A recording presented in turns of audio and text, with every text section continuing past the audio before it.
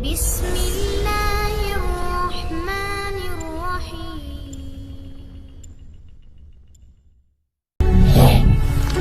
Assalamualaikum warahmatullahi wabarakatuh.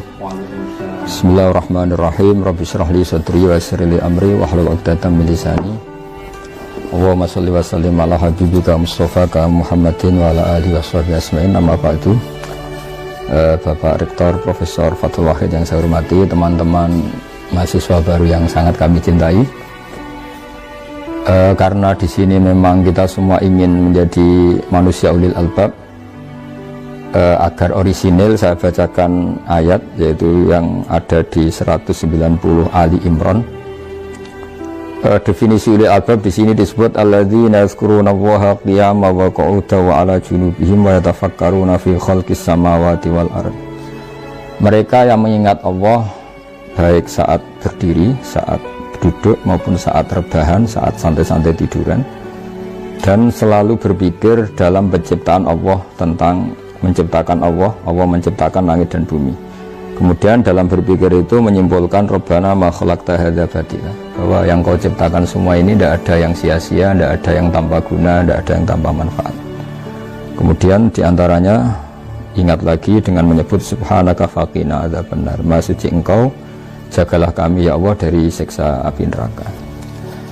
Di sini ulil albab diberi definisi yang sangat religius, karena ini apalagi kita ini di UI, Universitas Islam Indonesia, bahwa di antara kaum yang berakal adalah kaum yang sadar bahwa alam raya ini ada yang punya, yaitu Allah Subhanahu wa Ta'ala.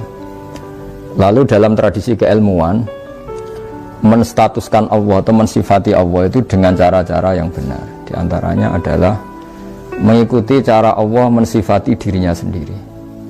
Ini penting saya utarakan supaya apapun cinta kita kepada Allah, jangan sampai kita menstatuskan Allah dengan sesuatu yang Allah itu terbebas dari sifat itu.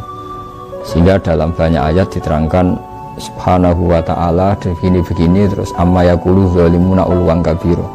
Jadi Allah nggak mau disifati secara salah oleh orang-orang yang zalim, oleh orang-orang yang kafir.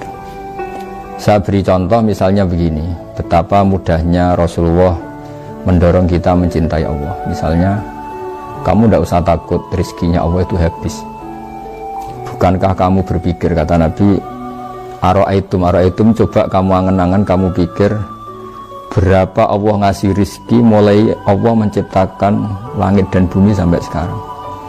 Artinya stok makanan yang diciptakan Allah itu luar biasa. Mulai dulu ada dinosaurus ya makanan tidak habis, ada ikan paus ya makanan tidak habis. Padahal melihat makanannya mereka itu ngeri betul, tapi nyatanya hewan-hewan yang makanannya super banyak ternyata ya sampai sekarang pun tetap dapat rezeki.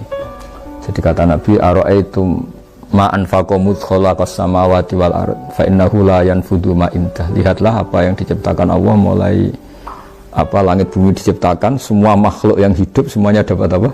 Rezeki, dan semuanya tidak bisa menghabiskan rezeki yang disiapkan Allah Subhanahu wa Ta'ala. Begitu juga di masalah ilmu yang dianugerahkan Allah ke kita ini tidak ada habis-habisnya, dikaji, kemudian tidak ada habisnya. Maka saya berpesan sama adik-adik yang kuliah di UII, bahwa UII adalah didirikan sebagian oleh ulama, ada Ghazwahid, ada dari unsur Muhammadiyah, ada dari unsur beberapa ormas, dan didirikan murni karena kita ingin umat Islam ini terpelajar yang sangat Indonesia, jadi religius yang sangat Indonesia, atau kalau populernya disebut nasionalis religius. Karena kita tidak pernah ingin Islam benturan dengan negara benturan dengan Islam. Contoh yang paling mudah tentu kita anti narkoba, negara menyediakan ada BNN. Islam mengharamkan curang, korupsi, negara ada KPK. Islam ingin negara ini stabil, nyaman, negara ada kepolisian yang menjaga kestabilan itu. Sehingga ketika kita baca al-muslim man salim al-muslimuna min lisani wa yadi, orang muslim itu siapa? Yang orang lain itu selamat, terbebas dari makarnya dia, dari sikap tidak simpatinya dia, baik yang dilakukan lisan, mulut maupun tangan. Sehingga ketika kita menganjurkan kedamaian, menganjurkan sangat Indonesia, itu selalu tidak pernah kita ini benturan dengan negara. Dan itu yang diinginkan para bapak bangsa, para ulama kita, para guru-guru kita. Sehingga dalam sebuah makalah yang luar biasa. Kata Imam Zuhri, kenapa ada sulhul Hudaybiyah, perjanjian dalam Hudaybiyah? Kata Imam Zuhri, dan ini semoga menginspirasi banyak mahasiswa, syukur-syukur semuanya terinspirasi oleh makalah yang diciptakan atau yang dikatakan oleh Imam Zuhri, yaitu gurunya Imam Malik. Fama futiha fil islami fathun a'zuma min Hudaybiyah. Enggak ada kemenangan Islam terbesar kayak kemenangan dalam Hudaybiyah. Dulu ketika orang kafir ketemu orang Islam, bawaannya itu perang. Kalau ketemu bawaannya perang tarung. Sehingga dalam perjanjian itu Nabi hanya meminta supaya orang itu enggak usah perang dan mendiskusikan kebenaran secara fair. Kata Imam Zuhri, fatawadu fil hadis wal munaza'ah. Mereka berdebat tanpa tekanan. Falam yatakallam ahadun ya'kilu syai'an minal Islam illa dakhula fihi. Jadi barokahnya damai, barokahnya semuanya damai tanpa tekanan, orang diskusi Islam. Setelah diskusi, siapapun yang berpikir objektif akhirnya tertarik kepada Islam. Tentu dulu misalnya mereka diskusi gimana kalau menyembah berhala yang dari batu dengan menyembah Tuhan Muhammad yang sifat dasarnya itu pencipta langit bumi yang ada sebelum ada langit dan bumi. Dengan perbandingan-perbandingan seperti itu akhirnya mereka tahu tentu Tuhan Muhammad lebih benar, lebih baik.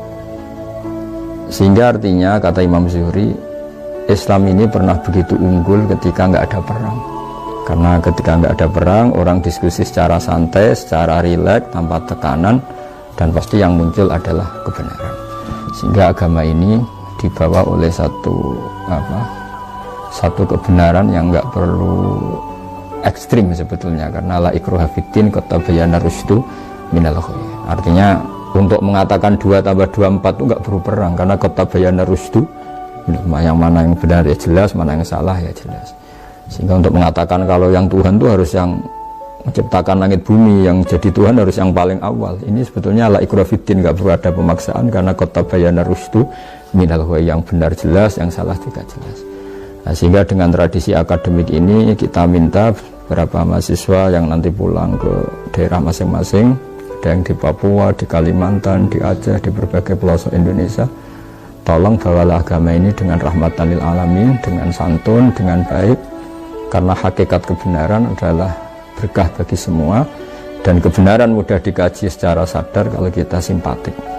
Sehingga dalam sebuah tafsir diterangkan, walau kunta fadhlan ghalidhal qalbi lan faddu min hawlik, andaikan kamu Muhammad keras hati dan kamu tidak simpatik, maka orang akan lari dari kamu. Dalam sebuah tafsir dijelaskan, hadza Rasulullah al-muayyad bi ruhil qudus wal muayyad bi malakutis samawati wal ardi. Ini Muhammad, seorang yang luar biasa, sayyidul anbiya wal mursalin, yang sangat ditopang oleh kekuatan langit.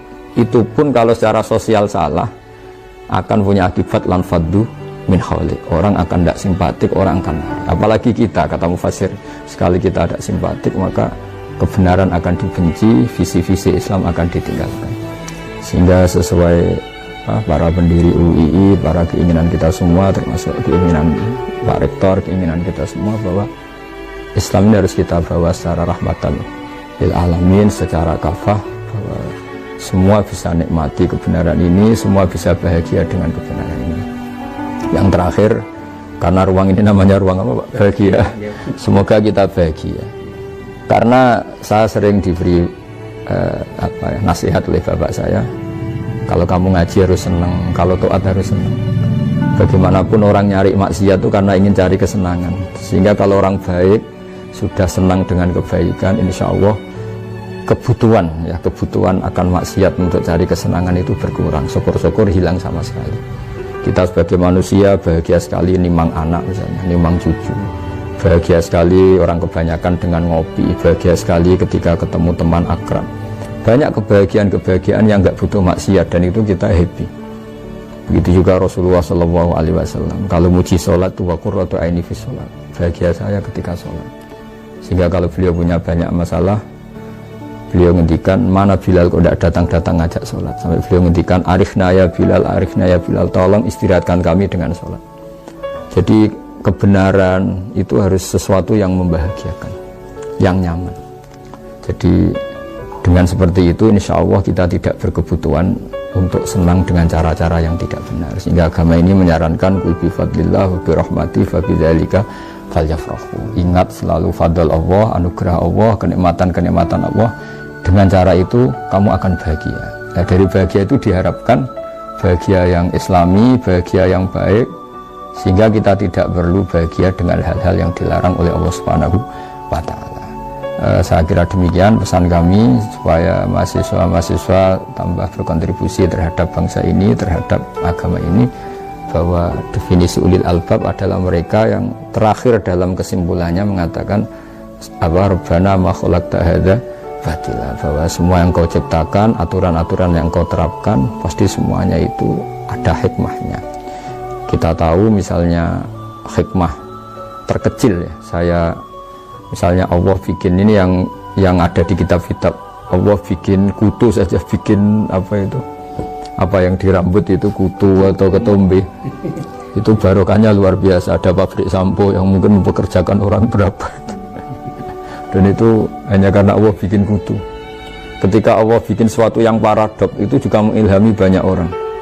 Wa inna lakum fil an'ami la ibrah nusqikum mimma fi butunihi min baini farsi wa damil labanan khalisan sa'ighal lisyaribin. Allah bisa mengelola dari hewan sapi misalnya, itu ada unsur darah, juga ada unsur kotoran, tapi Allah bisa mengelola dari hewan itu keluar susu sing sa'ighal lisyaribin. Kita hidup juga gitu.